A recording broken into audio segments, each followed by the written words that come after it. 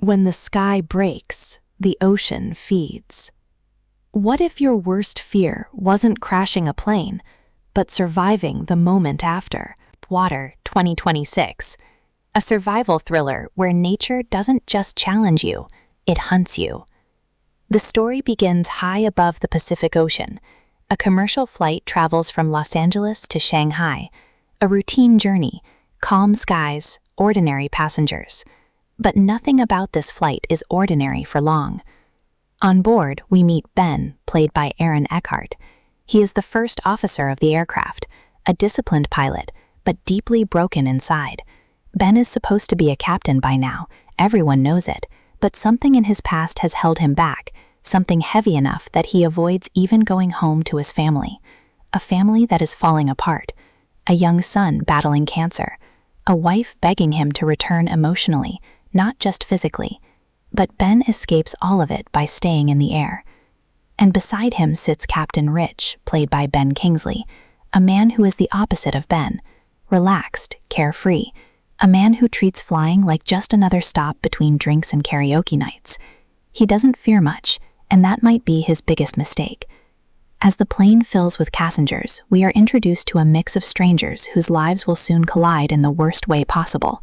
There is Cora, a young girl struggling with her father's new marriage, her stepbrother Finn, full of energy and innocence, a group of esports players caught in rivalry and hidden romance, a loud, arrogant American passenger named Dan, who no one likes from the moment he appears, a quiet collection of flight attendants, families, and travelers just trying to get through the day. But something is wrong with Dan. He ignores rules, disrespects crew, and carries something suspicious in his luggage. Something small, something electronic, something that will change everything. And then, without warning, the flight begins to fall apart. A fire starts in the cargo hold.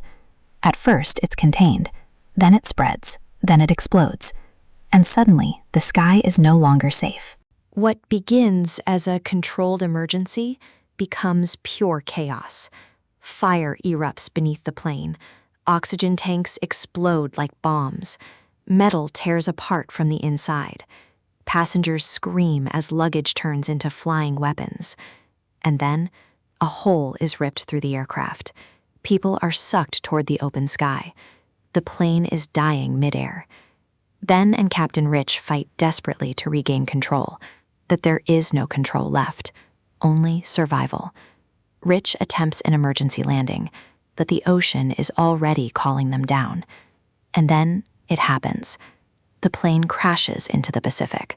Not smoothly, not safely, but violently. The aircraft breaks apart like glass hitting concrete. Wings tear, seats detach, bodies vanish into the water. Out of 257 passengers, only around 30 survive. The rest are gone. What remains is unrecognizable. The plane is now scattered wreckage floating across the ocean, broken metal islands drifting in endless blue. And the survivors cling to anything they can find. Ben takes command, because there is no one else. He begins counting survivors, organizing life rafts, trying to build order out of destruction. But something is wrong beneath the water. And then, the first body disappears, dragged down, silent, fast. Ben sees it, and he understands immediately. They are not alone. The ocean was never empty. It was waiting for the crash, waiting for the blood, waiting for the feast.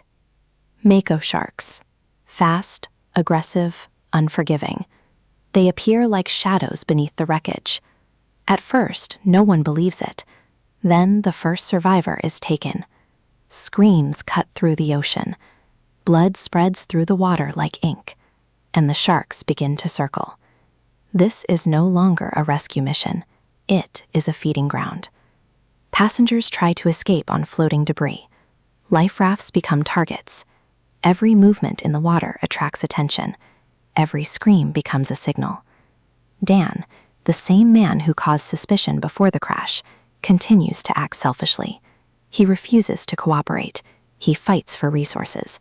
And slowly we realize something terrifying. His negligence may have helped cause the entire disaster. Meanwhile, smaller human stories begin to unfold. Cora is separated from Finn. She believes he is gone, and that guilt begins to break her. Ben sees this, and something in him shifts. For the first time, he isn't just a pilot. He is trying to be a protector, a father figure in a sinking world. The sharks strike again and again. Some victims disappear instantly. Others are pulled apart beneath the surface. No one is safe in open water. Not even the strongest swimmers. Not even the smartest minds. Because in this ocean, everything bleeds, and everything is seen. And just when it feels like things cannot get worse, a rescue signal might have been sent, but there is no guarantee anyone is coming, and time is running out. The survivors are now scattered across wreckage, floating, bleeding, waiting, hoping, dying slowly.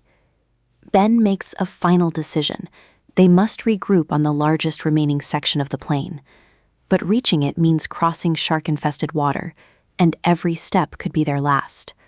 One by one, survivors attempt the crossing. Some make it, some don't, and the ocean takes no pause.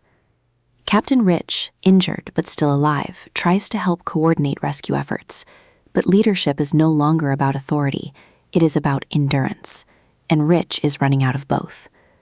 Cora and Finn are eventually reunited in a fragile moment of relief, but it doesn't last long, because the sharks are still circling, always circling. Dan meets his fate in the most inevitable way possible. His arrogance, his selfishness, everything he ignored comes back to the ocean, and the ocean does not forgive. As rescue helicopters finally approach, hope returns. But even rescue is not safe. A diver is attacked mid-air descent. A helicopter nearly crashes into the water, and the sharks leap higher than anyone believed possible. But Ben refuses to give up. He pushes survivors toward evacuation. One last attempt, one last chance. Some survive, some do not.